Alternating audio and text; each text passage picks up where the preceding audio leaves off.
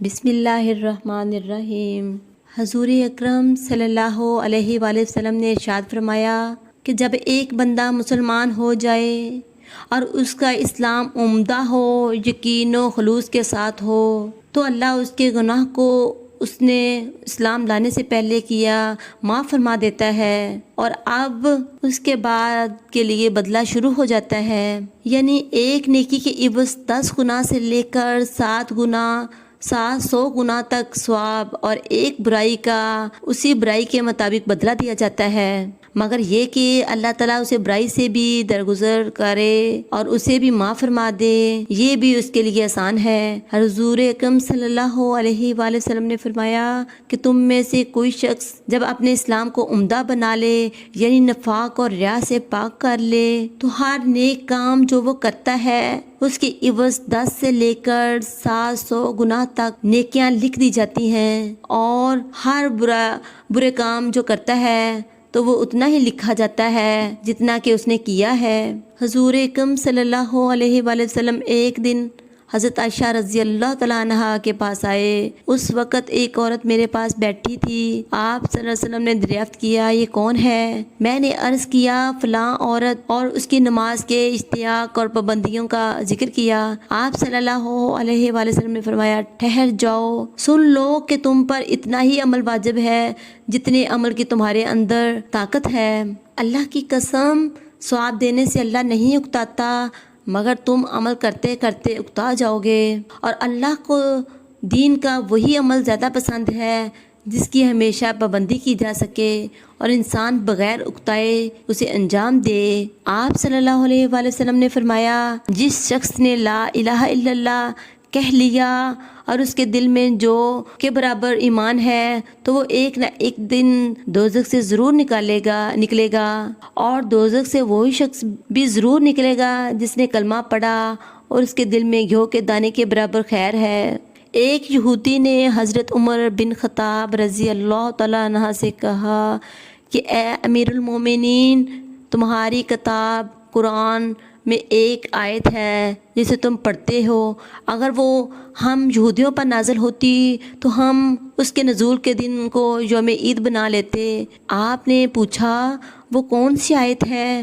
اس نے جواب دیا، سورۃ معاہدہ کی یہ آیت ہے، آج میں نے تمہارے دین کو مکمل کر دیا اور اپنی نعمت تم پر تمام کر دی، اور تمہارے لیے دین اسلام پسند کیا۔ حضرت عمر خطاب رضی اللہ تعالیٰ عنہ نے فرمایا کہ ہم اس دن اور اسی مقام کو خوب جانتے ہیں جب یہ آیت نبی کریم صلی اللہ علیہ وآلہ وسلم پر نازل ہوئی۔ اس وقت آپ صلی اللہ علیہ وآلہ وسلم عرفات میں جمعے کے دن خطبہ دے رہے تھے۔ طلحہ بن عبید اللہ کہتے تھے، نجد والوں میں ایک شخص نبی کریم صلی اللہ علیہ وآلہ وسلم کے پاس آیا، سر پر پریشان، یعنی بال بکھرے ہوئے تھے۔ ہم اس کی آواز کی بنبناہٹ سنتے تھے اور ہم سمجھ نہیں پا رہے تھے کہ وہ کیا کہہ رہا ہے، یہاں تک کہ وہ نزدیک آ پہنچا۔ جب معلوم ہوا کہ وہ اسلام کے بارے میں پوچھ رہا ہے، نبی کریم صلی اللہ علیہ وآلہ وسلم نے فرمایا کہ اسلام دن رات میں 5 نمازیں پڑھنا ہے۔ اس نے کہا، بس اس کے ساتھ تو اور کوئی نماز مجھ پر نہیں۔ آپ صلی اللہ علیہ وآلہ وسلم نے فرمایا، نہیں، مگر تم نفل پڑھے تو اور بات ہے۔ نبی کریم صلی اللہ علیہ وآلہ وسلم نے فرمایا، اور رمضان کے روزے رکھنا۔ اس نے کہا، اور تو کوئی روزہ مجھ پر نہیں۔ آپ صلی اللہ علیہ وآلہ وسلم نے فرمایا، نہیں، مگر تم نفلی روزے رکھے تو اور بات ہے۔ طلحہ نے کہا، اور نبی کریم صلی اللہ علیہ وسلم نے اس سے زکوٰۃ کا بیان کیا۔ وہ کہنے لگا، بس اور کوئی صدقہ مجھ پر نہیں۔ آپ صلی اللہ علیہ وسلم نے فرمایا، نہیں، مگر یہ کہ نفلی صدقہ دے تو اور بات ہے۔ راوی نے کہا، پھر وہ شخص پیٹھ موڑ کر چلا گیا، یوں کہتا جاتا تھا، قسم اللہ کی، میں نہ اس سے بڑھاؤں گا نہ گھٹاؤں گا۔ نبی کریم صلی اللہ علیہ وآلہ وسلم نے فرمایا، اگر یہ سچا ہے تو اپنی مراد کو پہنچ گیا۔ نبی کریم صلی اللہ علیہ وسلم نے فرمایا، جو کوئی ایمان رکھ کر اور ثواب کی نیت سے کسی مسلمان کے جنازے کے ساتھ جائے اور نماز اور دفن سے فراغت ہونے تک اس کے ساتھ رہے، تو وہ 2 قرات ثواب لے کر لوٹے گا۔ ہر قرات اتنا بڑا ہوگا جیسے احد کا پہاڑ، اور جو شخص جنازے پر نماز پڑھ کر دفن سے پہلے لوٹ جائے تو وہ 1 قرات ثواب لے کر لوٹے گا۔ نبی کریم صلی اللہ علیہ وآلہ وسلم نے فرمایا کہ مسلمان کو گالی دینے سے آدمی فاسق ہو جاتا ہے اور مسلمان سے لڑنا کفر ہے۔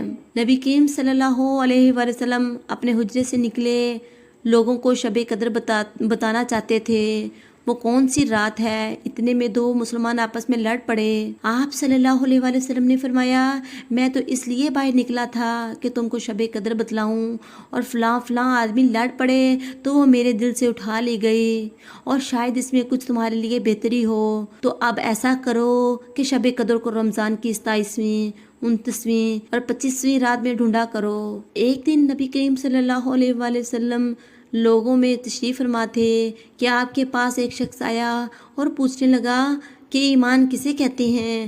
آپ صلی اللہ علیہ وآلہ وسلم نے فرمایا کہ ایمان یہ ہے کہ تم اللہ پاک کے وجود اور اس کی وحدانیت پر ایمان لاؤ، اور اس کے فرشتوں کے وجود پر، اور اس اللہ کی ملاقات کے برحق ہونے پر، اور اس کے رسول کے برحق ہونے پر، اور مرنے کے بعد دوبارہ اٹھنے پر ایمان لاؤ۔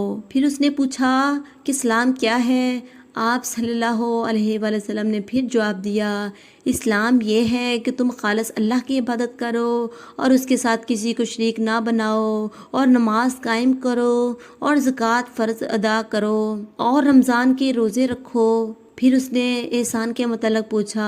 آپ صلی اللہ علیہ وآلہ وسلم نے فرمایا احسان یہ ہے کہ تم اللہ کی عبادت اس طرح کرو کہ گویا تم اسے دیکھ رہے ہو۔